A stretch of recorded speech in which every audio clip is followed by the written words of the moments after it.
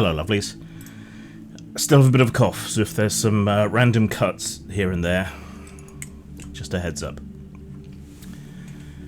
Today we're going to wade into a swamp of pointless controversy. Yet another one that's been bubbling away in tabletop circles for a while now and has finally kind of crested over the top.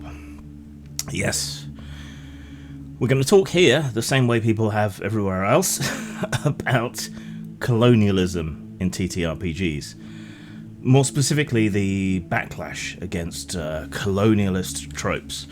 You know, monstrous races, civilized adventurers staking claims to land, and campaigns where murder hoboing through ancient ruins and hostile goblinoid tribes is just another day at the office.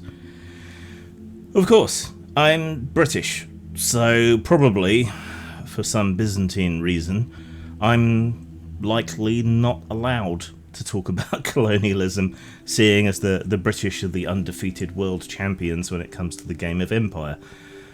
But that seems all the more reason to do so, I think. I always kick against when I'm told I can't do something. Now, some of you might already be sighing or rolling your eyes, and I get it, the topic's been gnawed on by every forum and Twitter thread and every YouTube channel, and depending where you stand, it either feels like a long overdue criticism, or it seems like the latest overreaction in the endless pursuit of imaginary justice for imaginary slights and wrongs. Here's the gist of the criticism, as I understand it. Fantasy worlds, especially in the sort of typical classical D&D sort of vein, are seen as reflecting and reinforcing colonialist narratives. I guess, think about it, you've got noble heroes from civilized lands sailing off to foreign shores, hacking their way through orcs, goblins, lizard folk, troglodytes, whatever happens to pass for the local savages, and claiming gold, land, and magical relics as spoils of war. Loot. Sound familiar? It's basically a remix of European colonialism, or at least it reads like that to people who are motivated to read it like that. Right down to the whole idea of racism, which people have some very peculiar ideas about, in this case expressed as these creatures are evil by nature. But in the case of games, that's often literally true, so that's a bit of a non-starter. I guess they have a sort of point if you squint hard enough and have been kicked in the head by a horse, then maybe it makes some sort of sense. The parallels to real-world history are there if you want them to be, kinda, even though obviously, and I can't stress this enough, it's fictional, and nobody is really getting hurt or oppressed or occupied. None of that is happening. In many game settings, orcs and goblins are objectively evil, and in either case, they're not real. Again, that point really must be emphasized. Whether it's adventurers erasing indigenous cultures of baby-eating kobolds, or the implication that non-human races are inherently inferior in some way, in the same way a mouse isn't as strong as an elephant, it's not hard to see why some folks are a little uncomfortable, even if it is a grotesque overreaction and a case of motivated reasoning. The thing is that while acknowledging that this read can be seen as sort of fair, with a fair wind and a brain tumour the size of a honey melon, along with a generous dose of stupid pills, the leap from recognition to misguided outrage often misses something crucial. Again, to reiterate, this is fucking fantasy. It's not real. It's ersatz, it's mock, it's faux, it's in a different, made-up world that doesn't follow the rules of this one, where the physics and the metaphysics are typically different, where evil often actually objectively exists as a thing, a definite, defined thing that has power in the world, and morals aren't relative. I'm not saying real-world colonialism wasn't a monstrous shit show in real life, but treating tabletop games like they're historical propaganda that justifies or explains it, that's where we go off the rails. These aren't manifestos, and nobody except these fucktards takes them that way. They're games and stories. People, by and large, don't want to pay money and spend time on being propagandized, unless there's a doctorate at the end of it, or they're a Daily Mail reader, I suppose. Just because your games that you make are manifestos and are trying to project some kind of socio-political message doesn't mean that's the case for everybody else. I think you're projecting your own biases and motivations onto other people, which is kind of ironic that you can't empathise with other people having different motivations and goals and aims. The reason fantasy leans into these tropes is because they work really well for making stories. They provide motivation, backdrop, structure, conflict. And good stories are built on conflict, drama, and that juicy, messy tension between order and chaos, civilization and barbarity, law and lawlessness. Conflict. We're not here to carefully tiptoe around every possible moral dilemma that any particular reader or player with a stick up their arse might have. Stories are often about or around these moral dilemmas, and moral dilemmas are supposed to be difficult, tricky, and we're occupying a different character, someone other than ourselves in a different world where everything is different. And we're playing with these ideas in our heads. We're modelling a form of reality. We're here to sling dice, tell epic stories, and maybe reflect upon some themes along the way, often outside any comfort zone or reality of our real lives, because that would be boring. If you never evoke or embody the other, then you miss out on it. Yeah, I have ambitions for games to be art, and art should comfort the disturbed and disturb the comfortable. Transgressive art is an act of rebellion against the status quo, and you, my overly sensitive, lowest common denominator bubble wrappers, are very much the status quo, even as you deny it and dress yourselves in the architecture of rebellion. That our art should include difficult or bad things doesn't mean that we're secretly advocating for genocide just because our paladin puts an orc warband to the sword. That speaks to that character's prejudice, perhaps, or to the metaphysical nature of objective evil in the game setting, which doesn't have to operate like our real world. It doesn't have to be as morally grey. You know, gods are real. Good and evil are metaphysical powers that invade the real world, becoming physical powers.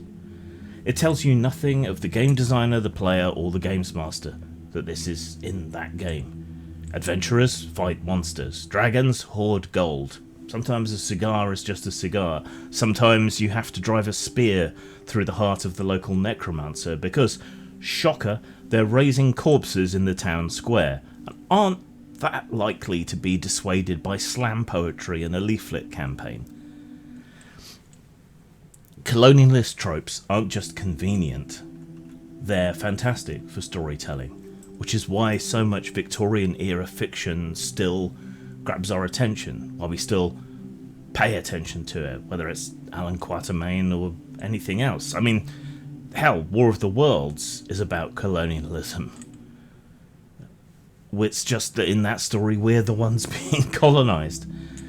Colonial stories create clear stakes and frame entire campaigns with a logical structure. The frontier isn't just an untamed wilderness, it's actively and maliciously dangerous. It is full of things that, by the metaphysical rules of the setting, don't just want to kill you, they have to kill you.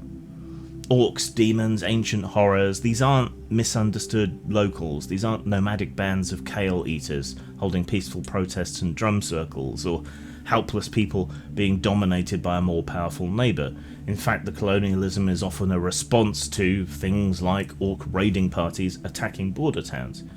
They're hostile forces, often designed and designated to be existential threats to the world and the peoples of that world. Often they're evil beings made by evil gods for the express purpose of doing evil things. That is their nature in the game world. That is their raison d'etre. In fantasy, monsters, generally speaking, aren't allegories for marginalised people, or at least they don't have to be. They're often literal evil incarnate.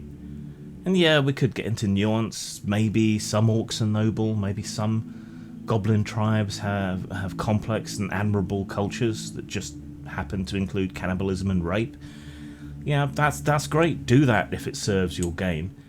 But if I want to run a campaign where orcs are bloodthirsty killing machines in service of dark gods and who need putting down, or are as likely to be good as a great white shark is to be vegan, it doesn't mean I'm cosplaying as Cortez or have any kind of racial antipathy in real life. It takes you work, effort, and a twisted interpretation to get worked up about these things. And if it takes all of that effort for you to forcibly reinterpret something someone else has done as bad, then you're probably wrong. It's also worth noting that these narratives often invite deeper exploration. A campaign might start with the old colonialist standard, heroic adventurers pushing back the monstrous frontier, but the best games then flip that shit on its head. Maybe the players realise that the empire that they serve isn't as noble as they thought. Maybe they defect, join the local tribe, or spark a revolution. You can't explore anti-colonialist storylines and tropes without having a colonialist power in your world. You can't be heroes without a villain. And you know what's a really fun gut punch? When they expend all that effort tearing down the colonial power, only to discover that actually, yeah, the orcs really are as bad as advertised. Suddenly, you're not the hero. You've just handed the keys to a bigger bastard. That's storytelling gold. It can also be fun to fuck with a more woke player's expectations. Lead them into a story that seems to be Dances with Wolves, and then flip that shit to Bone Tomahawk. A great twist and a shock that exploits people's patronising tendency to noble, savage, benevolent racism. So let's zoom out for a second. Human history is an endless parade of invasions, conquests, and people squabbling over territory. Just read The Short History of Mankind by Steinbeck for a humorous take on that. There's no neat line between colonisers and natives, and if you think there is, you're a simpleton or just haven't done enough research into history. Every single group has been on both ends of the spear at some point, unless there has been a human existence-long, unbroken chain of settlement in Ethiopia at some point. Seems unlikely. I mean, take Britain, for example, you know, the prototypical colonialist power in a lot of people's heads. Sure, we carved out a hell of an empire, and in a way that was more civilised than a lot of other empires, which isn't saying much, but at least we weren't the Belgians. But before that, Vikings were ransacking our coasts. Barbary pirates took people from the other coast. The Romans colonised us, the Celts were killing each other in tribal warfare for centuries. Go back far enough, and everyone's the descendant of some bloodthirsty arsehole who came here and took land by force. Today, the British bloodline is a mongrel mishmash of Pict, Celt, Dane, Norman, Roman, and who knows what else, because the Romans tended to station people from far-flung corners of the empire in other far-flung corners of the empire.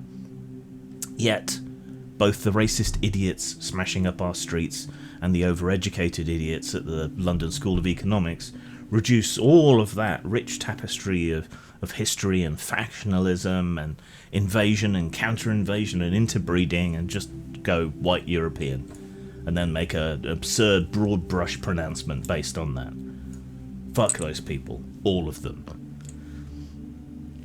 While colonialism produced undeniable atrocities, and that's obviously bad, I shouldn't need to say it, but then I know that I do, Not every single act of these empires was pure villainy. In some notable cases, particularly notable cases, the opposite, particularly if you subscribe to Sam Harris's idea of the moral landscape. The British, for example, outlawed sati in India, the practice of widows being burned on their husbands' funeral pyres, whether they were alive or not. They wiped the Thuggee cult, which murdered people in the name of Kali, out. They ended Maori cannibalism and destroyed the transatlantic slave trade at the cost of many British lives and ships. Ugly history doesn't always neatly fit into the good guys versus bad guys narrative that we love to slap on everything.